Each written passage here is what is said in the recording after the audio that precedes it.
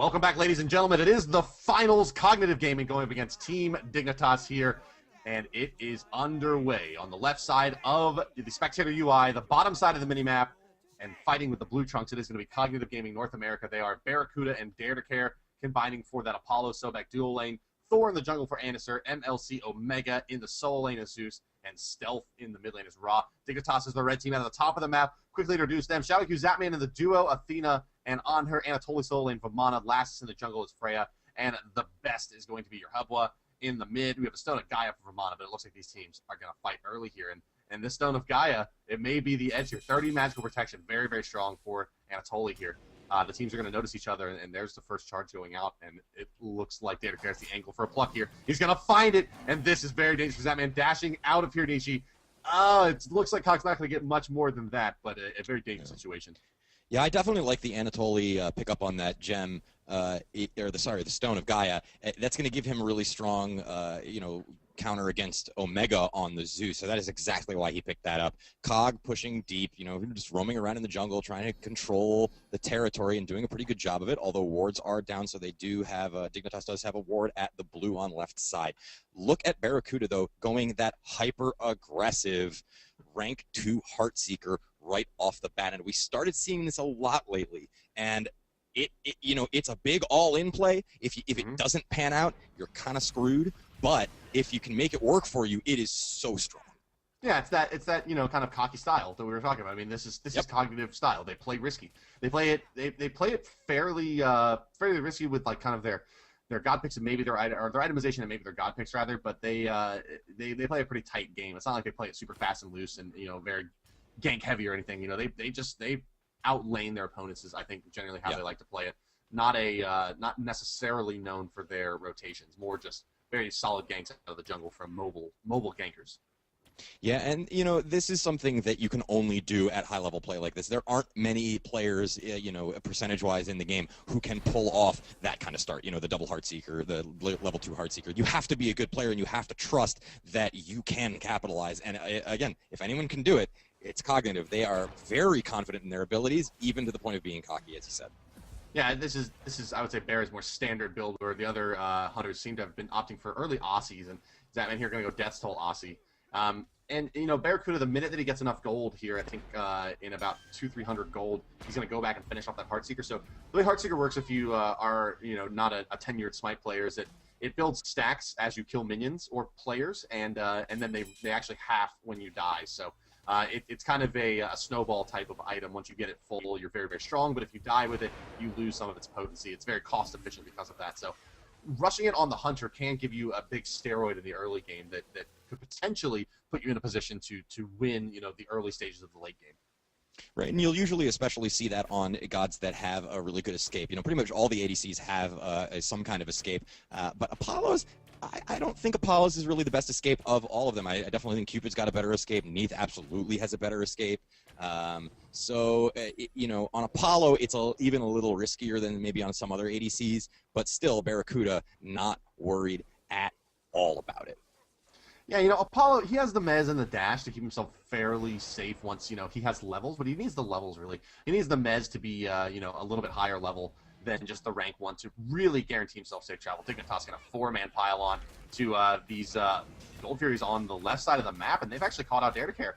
They just give him the old Warcraft 3 style surround, get around him, and there's nowhere for him to go after the pin into the pillar. So nice play by Dignitas, and they take a pretty casual first blood.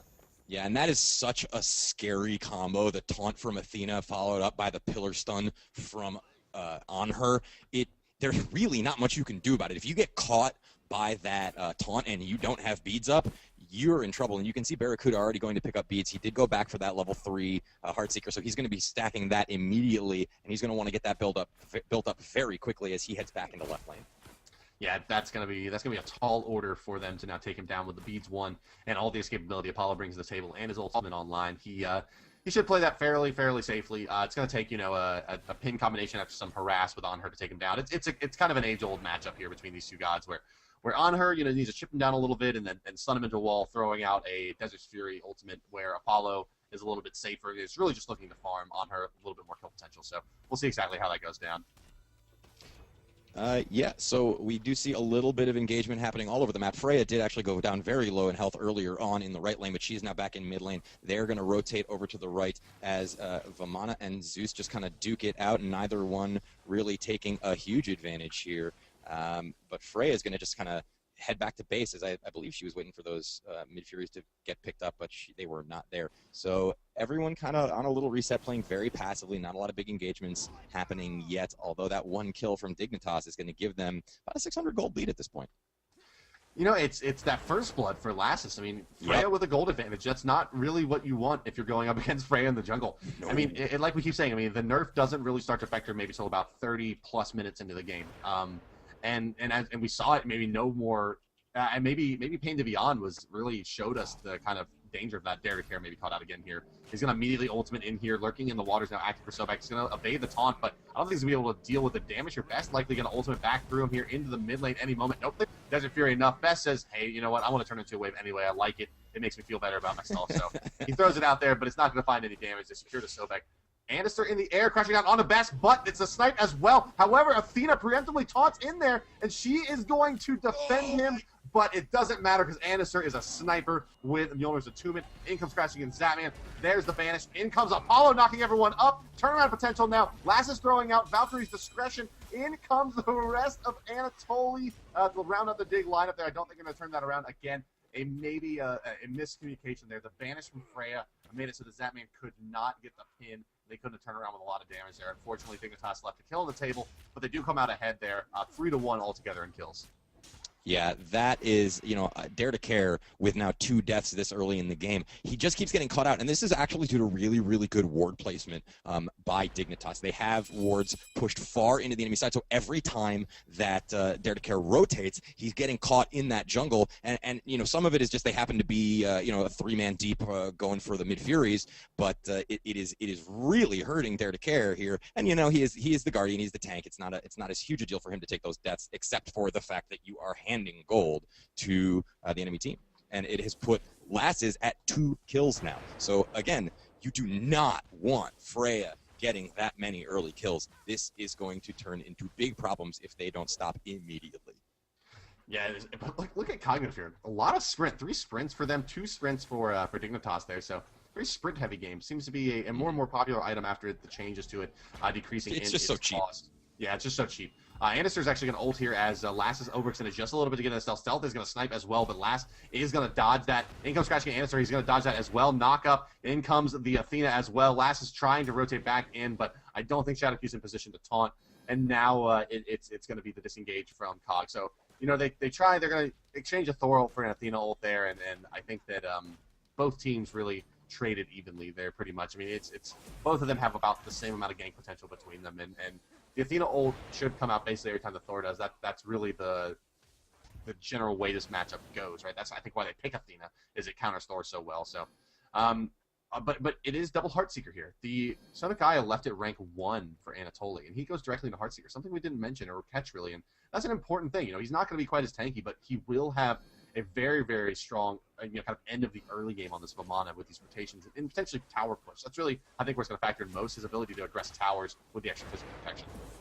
Yeah, and that early Stone of Gaia is just kind of there to give him that initial protection in that first couple of waves so that he can get built up into that Heartseeker without worrying about, a lot of big push from Zeus, because 1 or 2 good detonates from Zeus on a 3-stack, even on a Vamana early game, you're in trouble. But Dignitas, again, doing an exceptionally good job of holding the map control down. I mean, look at their ward coverage. It is fantastic all over the map, both on the right and left side.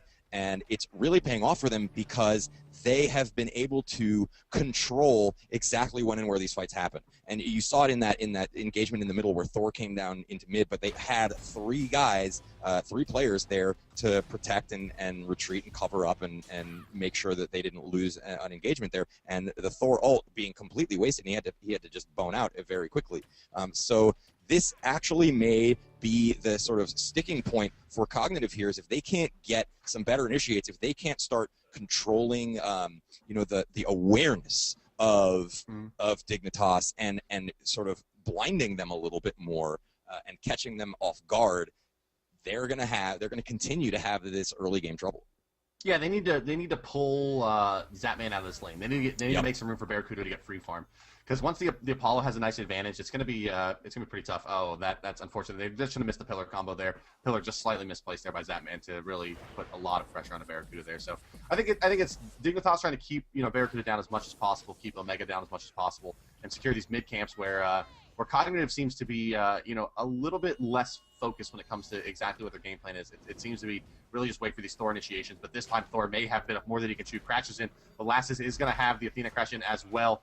Anister is going to port out of that, but it's a pretty split up fight so far. Barracuda in a lot of trouble. Best through the wall, not going to find any damage though, unfortunately. In the meantime, it is going to be a beautiful snipe by Stealth onto the Best. He go out of this fight. There was a lot of damage. Omega ultimate, when they're all stunned, that's a lot more. Banish is going to do something here, but not enough to save Lassus as the detonate comes through. Zapman forced to run as Stealth is going to chase him down. Sprint activated by both of them. Stealth misses his first beam in the mid lane. In the meantime, Athena gets chased down. Shadow Q is out of this fight. Anatoly's rotating, but it's going to be too late. They're going to close the net on the Zapman here. It's going to take a miracle to get him out. No, he's going to eat yet another beam.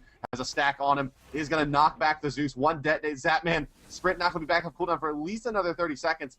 And it's just he's going to be chased down by Ra. The Divine Light into, the stacks. And that, ladies and gentlemen, is a 4-man wipe. Yeah, and honestly, I thought that was going to go a totally different direction when I saw Barracuda ult in and get wiped pretty cleanly by Zapman.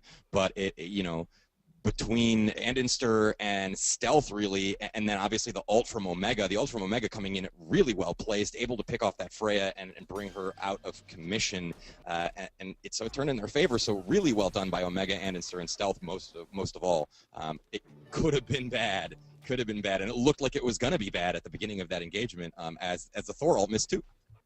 Yeah, it definitely could have turned very quickly, but Omega rotated a lot earlier than Anatoly did, and the Zeus ultimate played a big part in breaking up any hopes of re-engaging and finding another pick for Dignitas. And then when they split up and try to run, they just got isolated and destroyed by Cog. So very nice play by Omega there. Good heads up play, and Anatoly being a little bit more greedy, trying to get those Heartseeker stacks. Unfortunately, not going to be able to bring it to the table. And to follow suit here, Omega going to go Doom Warp. So similar mechanic, another resetting item that yields lots and lots of magic power in this case, however.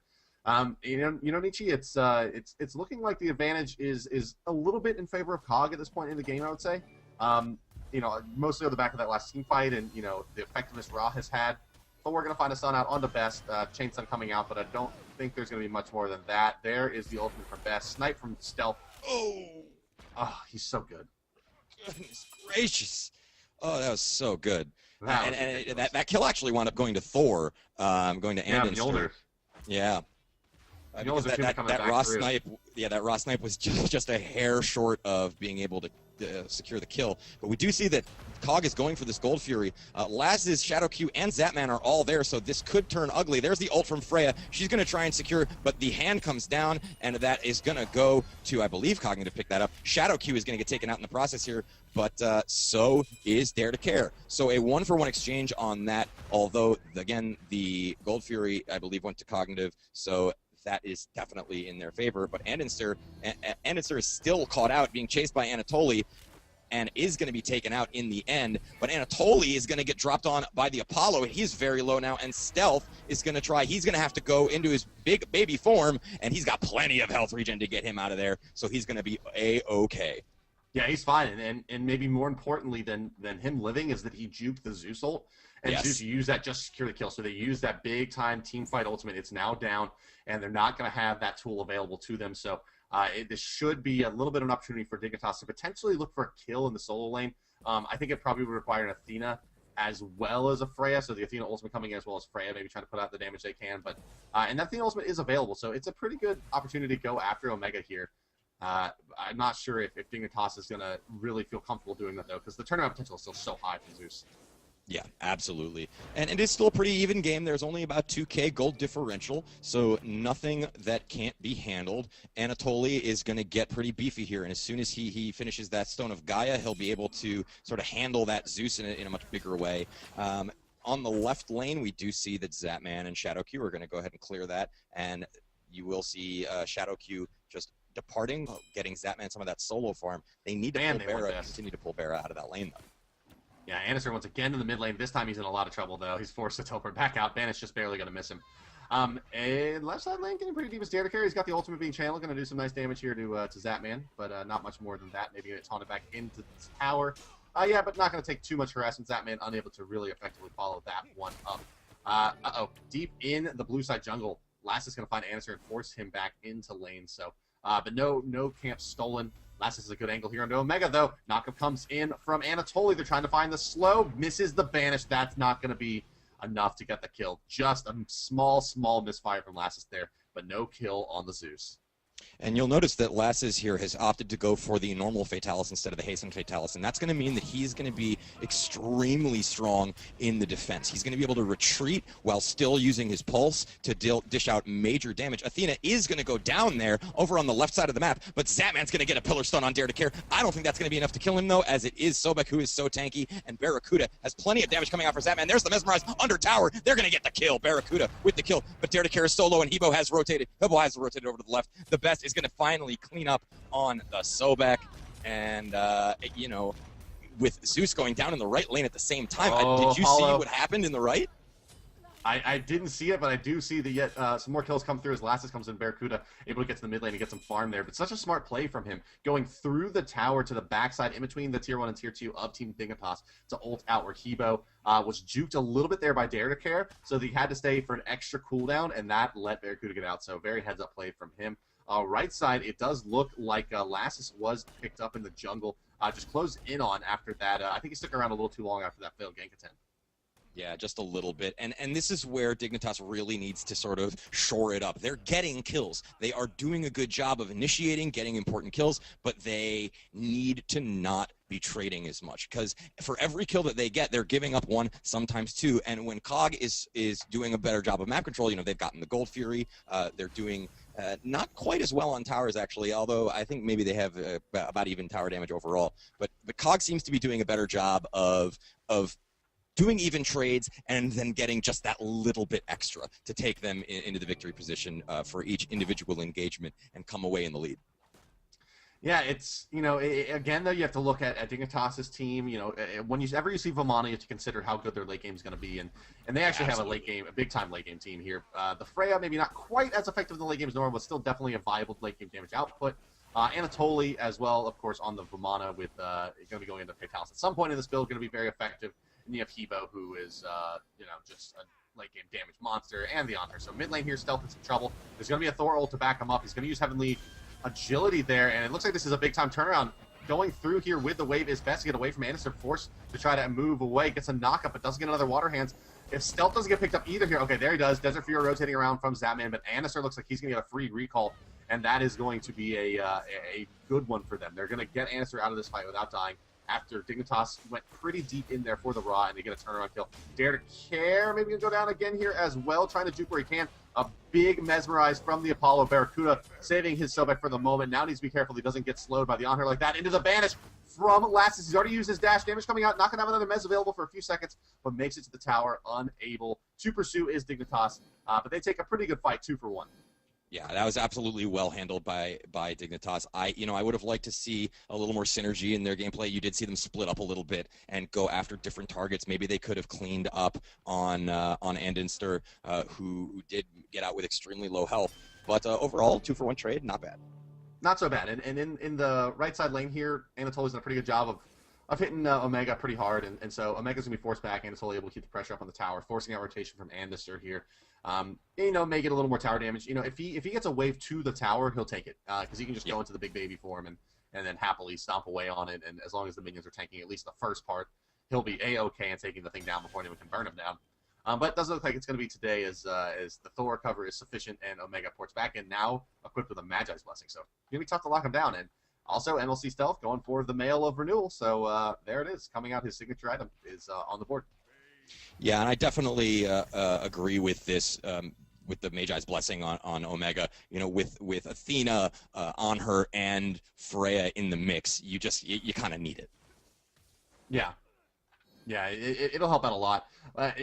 It won't help with the banish. You can still get banished with Magi's Blessing against Freya, but it will prevent the best knockup and the Zapman pin, as well as Shadowhue's taunt. So 3 big spells in terms of the overall control um, for Cog. So also seeing in chat there, guys, that it looks like Turnybot is on the fritz a little bit. So it is going to be down for the remainder of today. Maybe it'll be back tomorrow. So sorry about that. We'll be giving you the bans, I guess, manually. You guys will have to help each other out. So, around the map, 20 minutes or 18 minutes in this game, 21 kills. It's a pretty action-packed game so far. And, one thing to note is that I think Best is like 0 for 3 on ultimates, maybe 0 for 4 in terms of really hitting targets that he wants to with that Hobble ultimate. And Crescent Wave can be such a game changer as well. Looks like Dare to Care, just not his game. He's going to get called out again here by Dignitas. And they just catch him for free. They're catching him every time he tries to rotate. And this time it's going to probably result in a Gold Fury as Dignitas looks like they're going to aggress mid, actually. ShadowQ trying to maybe find a taunt onto Anister there, but it's going to be they're going to keep their mid lane clear and then now maybe look for Gold Fury. But with Sobek down, they don't have that hand. I feel like it's their timing, but they're just giving it up.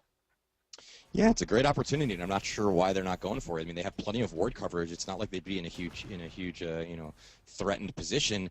They are going to go for those right Furies, and there's going to be a little engagement as they chase Andinster. I think they want to shut him down as he is up at 5-2 and 4. There's going to be the Hebo into the middle who's going to nail that Ra, absolutely just decimate him with the pop-up and follow-up of the rest of his team. So Andinster all alone in mid trying to defend. You will see a rotation coming from right from Omega, but Anatoli's going to head back over to right as that happens to try and get that tower. But we do see that minions are pushed all the way up on that right side tower against Dignitas, and that tower is so low. Now either team can get one wave to the tower on right, and that tower will go down for either team, whoever gets it first. And again, Dare to Care just getting absolutely caught out. He was going to try to steal. Yeah, he tried, and Dignitas nearly gave him the window, too. They were a little bit late on their rotation. And if you look in the meantime, Vamana does take that right side tower there. So Dignitas wrestles back the gold lead from nearly a 2,000 lead in favor of Cognitive to a 1,000 lead in their favor. So nice job by them. And also, I just get tickled every time I get to point this out. Another mail of renewal started here for MLC Omega. Yep. So Omega is gonna, be falling behind a little bit more behind Anatolia, just a little bit, not much, about 700 gold difference. But you see that Anatoly has picked up that Hasten Fatalis, and now he becomes a huge threat. Yeah, he does. He has it, so he's now going to be a damage machine, but he's not going to be quite as tanky, so he's not going to be quite as effective as the Vamana in the big, long knockout, drag-out game between Denial and Clash and Slash. Mm-hmm. But he only has the one defensive item and then really has Heartseeker, Boots, Fatalis, so he's going to be very high damage output for this stage of the game, but he's not going to be, quite as much of an unkillable machine. He will be able to burst it down, especially by, a Zeus and a Ross in that combination, if they kind of, just get those abilities to land, or even a Thor dunk into a high burst will still eat through him pretty quickly here, as he only has that Stone of Gaia. I wonder what we'll be building into next. It'll be interesting to see.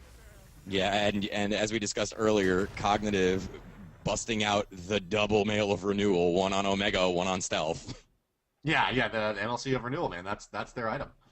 The brothers in, I believe it's Malice is MLC. I think it's Stealth's old Call of Duty clan. But yeah, it's the males coming out, and so we have Pestilence coming out for Dare to Care here. So they want to try to take down some of Anatoli's healing.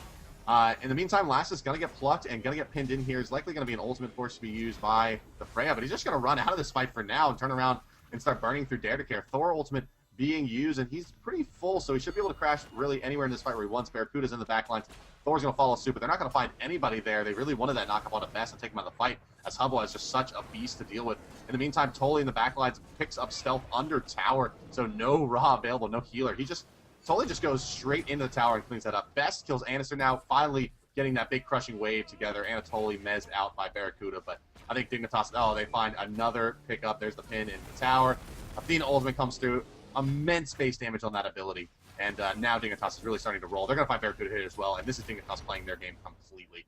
They have full control of these fights. Absolutely, and honestly, I have to say, as well as Dignitas is playing this, and they are playing this very well. I don't want to take anything away from them. There was a double ult missed by Andinster and Barracuda at the initiate of that fight. At the very outset of that fight, they both dove. They were going for that Freya, and then there was a wall that came out from Andinster that actually blocked Barracuda out from chasing. So that may have been the biggest error of the game so far and cost them a 4-for-0 exchange. Mm-hmm.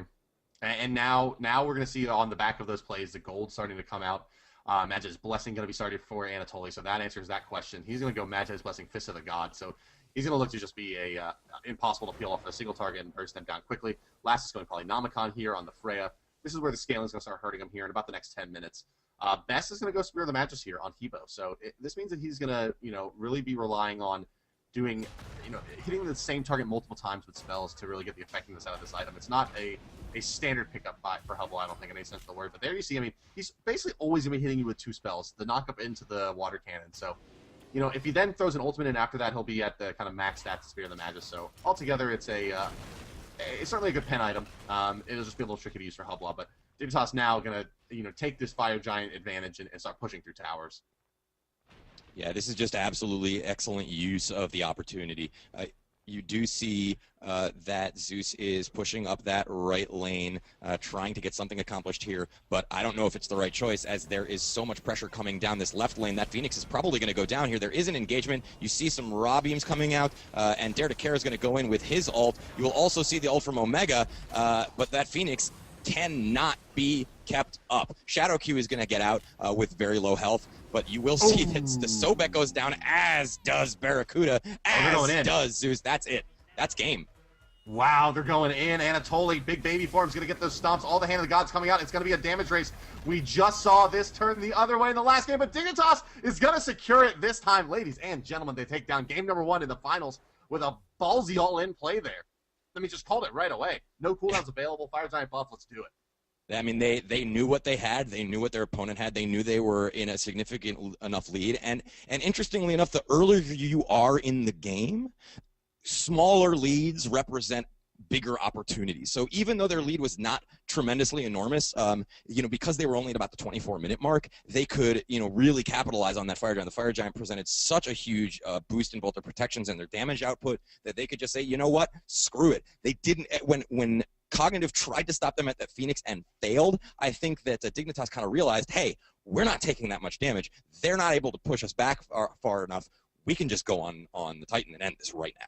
Yeah, and it's the Malice timing from Zapman here. It has Aussie, Heartseeker, Executioner, Malice. So on her already getting some extra pen from his hits, the Executioner adding on top of that, Rage Blade starts critting in there. I mean, you start talking about, without a Deathbringer critting into the maybe 360s to low 400 range for Zap's on her there. And I think just with the Fire Giant buff, adding the extra physical protection, getting him up close to that 400 crit range, it was just too much. I mean, you saw Sobek basically melt there when he tried to get out, and he threw a couple of javelins in, and basically I think crit him twice and blew him up. So, Barracuda wasn't far behind, but it was just enough, about 3,000 gold separating them. So actually a pretty substantial, about 30% advantage on her there. So kudos to Zapman, who's really played in old form here today. I mean, this is how we used to talk about Zapman, just taking over games, and the stat to look at always when Zapman is involved is the old structured damage, where he is sitting at 3,300, the next highest in the game, Anatoly at 2K. So he continually holds that down and is just looking very, very, very potent today.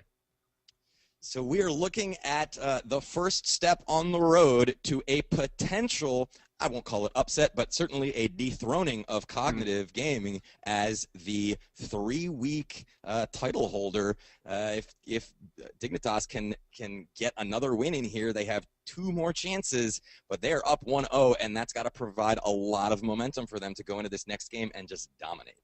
Yeah, and it's going to be interesting to see what Dignitas runs. Do they go for something a little more pocket strat, a little more risky in the second game? Sometimes we'll see the teams do that. We'll see if it is going to happen in the next game, ladies and gentlemen, as we will be moving on to game number 2 here in our Best of 3 series shortly.